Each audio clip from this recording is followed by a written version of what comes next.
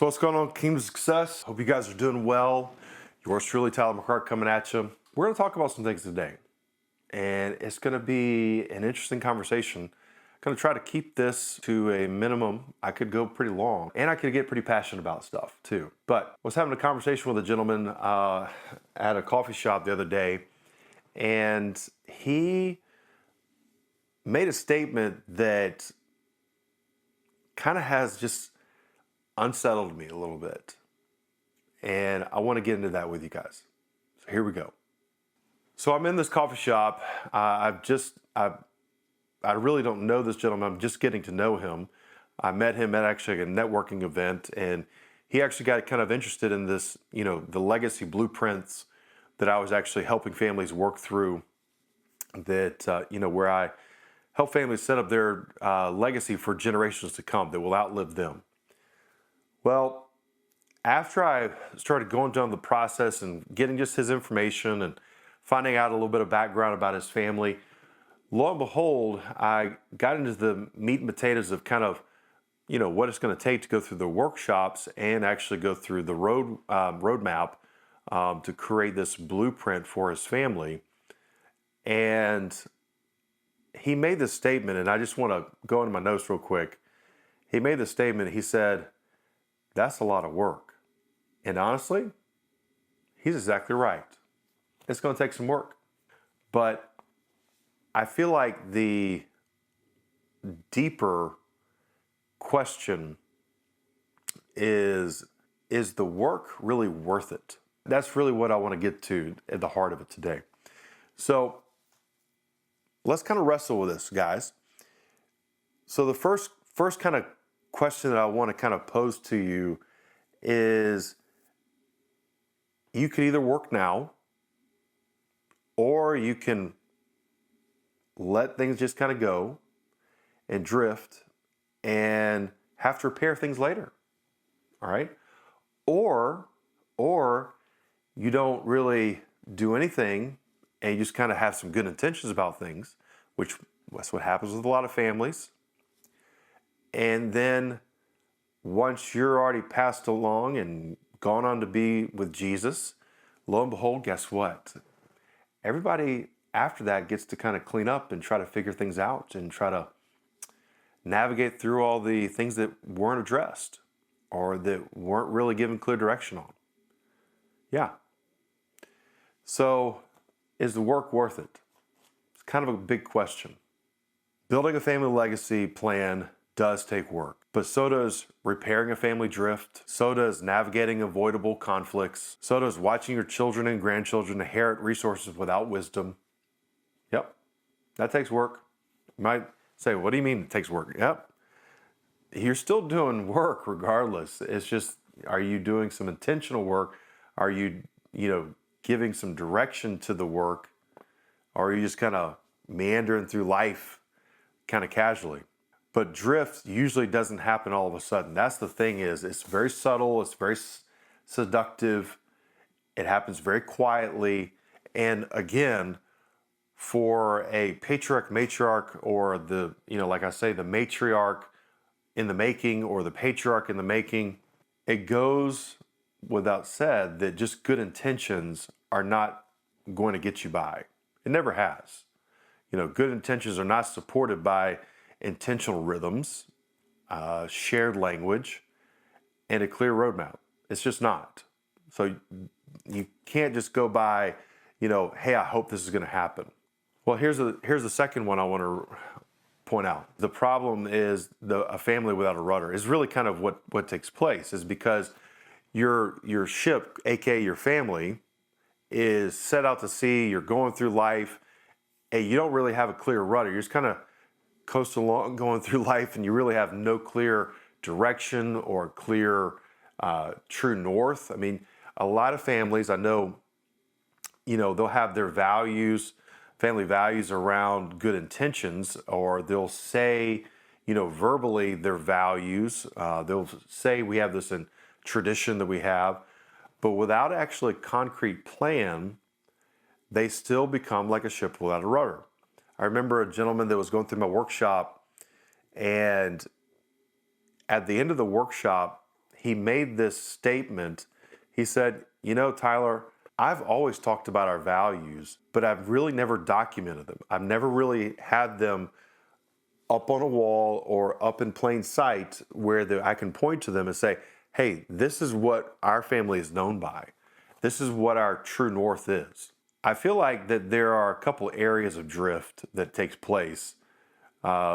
Drift can show up in spiritual matters where that you kind of lose sight of, making sure that, you're going to church, making sure that you actually yourself are reading your Bible, you're being a good example of that, you're actually living out your legacy of your spiritual walk with your Heavenly Father could be a drift. Relationship drift, that's a big one, okay? I might come back to that one. Stewardship drift, honestly, a lot of times Christian families have this mindset that it's okay to have individual habits as far as their stewardship and generosity, but they don't have a common family stewardship mindset, and it just drifts. Also, identity is another big one because families, kind of individualize themselves and like, hey, once we raise you up, we're going to send you off and you're now going to create your own identity. But, when you're together as a family, as a team, your whole family actually can stay together. For many Christians, spiritual legacy is a non-negotiable, which is great. They deeply want their children and grandchildren to know the Lord, but one of the hidden dangers is the relational drift. Conflict happens, misunderstanding happens, it takes place. Brother-in-law, sister-in-law, sibling rivalry, adults get hurt. Nobody really knows how to address it. And the patriarch and matriarch may love everyone deeply, but they may not feel equipped to lead those kind of tough conversations that they need to have. So why is that? It just kind of gets all swept under the rug. They're not going to talk about it. They're not going to bring their family members together to talk about these things. It just gets swept under the rug. And what takes place is it gets swept under the rug so much that it just builds up a wall. And all of a sudden you got a big wall between all these family members, and no one wants to get together. No one wants to be together anymore. I can tell you this from my own personal story that I can confidently tell you that I'm not sharing this with you out of theory. Okay? In many ways, I'm living proof of this. My parents loved me. My parents raised us in a godly home. They just didn't have a simple framework to work from. They really didn't. No one came alongside of them and said, hey, maybe you might want to consider having a plan and having a framework to actually create a legacy for your family. They just didn't have that. No one told them that they needed to have that. And here I was when my dad passed away when I was 42 years old, sitting there going, okay, what do we do? How am I supposed to navigate from here? Because, a lot of stuff revolved around mom and dad, but mom and dad weren't in the picture anymore. That's why this whole legacy roadmap and plan and blueprint, all these things, they really matter to me. That's why I'm very passionate about this, is because if you do not have some intentional work going towards this, the next generation may end up carrying a whole lot of confusion, having to do a lot of repair work, relational weight they were never meant to carry. Yeah, they were never meant to carry. And this is why the work matters. This is why the work is worth it. So the solution is having just a simple family roadmap. If you just sat down with your family members and said, hey, who are we? What do we value? Where are we going? How can we stay connected? How can we handle conflict? All these things right here, just these simple questions can be crafted into a kind of working document and even kind of bullet pointed out to where you have, say your values, and then you have your vision for your family. Then you have your mission that you want for your family. Just having those things right there that you can point to is a huge thing. And honestly, I take a cue from actually the Jewish people. The Jewish people, they have their rhythms of remembrance. They have their stories. They have their faith. Family identity is passed down for generations. It was just not written once. It was rehearsed. Now watch this. Legacy has to be rehearsed. Legacy has to be rehearsed, guys. It can't just be a one and done thing. It has to be rehearsed. Values have to be spoken, stories have to be retold, faith has to be practiced, family unity has to be intentionally cultivated.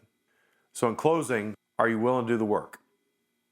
Are you willing to do the work? I think you see the value in doing the work and not just leaving it up to happenstance. So maybe here's some better questions to ask yourself is, what happens if I don't do the work? Are we spiritually aligned? Are we equipped to actually handle conflict within our family? Here's a big one. Are we preparing the next generation to steward what they will inherit when we're gone? Those are the questions that every parent, grandparent, patriarch in the making, matriarch have to wrestle with. I believe it's worth it. I really do. So if you feel like that you need help with your own roadmap, if you feel like that you need some guidance with that, I'd ask you to reach out to me. I've been certified, I've been trained to do this now. I would be more than happy to walk a family at least through that, at least give you some guidance on that, because that's important to me. Kingdom of Success, hear my heart. You need a roadmap. You need a blueprint, okay? Something to actually work within, written out, visible. Not just said, but visible, okay? So, Kingdom Success. Know that you're blessed, you're highly favored, you're empowered to prosper, you walk in divine health. Spirit of breakthroughs upon you guys, and gang will catch you on the other side.